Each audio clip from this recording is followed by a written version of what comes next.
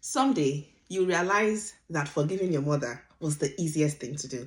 That for me is one of my favorite lines from Wana Wana's poem. And that resonates with me. As someone who grew up as the first daughter in the midst of three boys, my mother particularly, she was very, very strict with me. Because those days her friends would visit, those church friends, and it would be like, oh, Mommy Chibuzo, we know that Chibuzo is your only daughter. So you have to be careful not to pamper her because of that, so that she will not grow up, and become a nuisance. You know what I mean? That put so much pressure on her. And because of that, she was very strict with me. She did not want me to feel like an only daughter that should be spoiled. You know what I mean? She instead was very, very strict with me. Now, I just didn't like that part of her.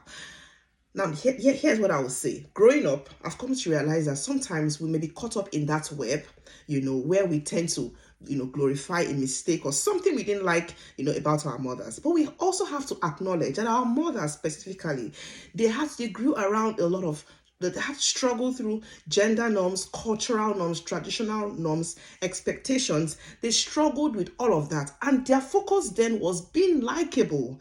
And that was a whole lot to navigate. We have to be careful not to be caught up in that web where all we do is criticize, the parenting we receive from our mothers. Instead, we should be careful not to repeat the same mistakes our mothers made, because we will still make our own mistakes no matter how perfect we try to be, and our children will still make their own mistakes, and we do not want them to inherit our mistakes and inherit the mistakes that our own parents made. That's going to be a whole lot for them to handle.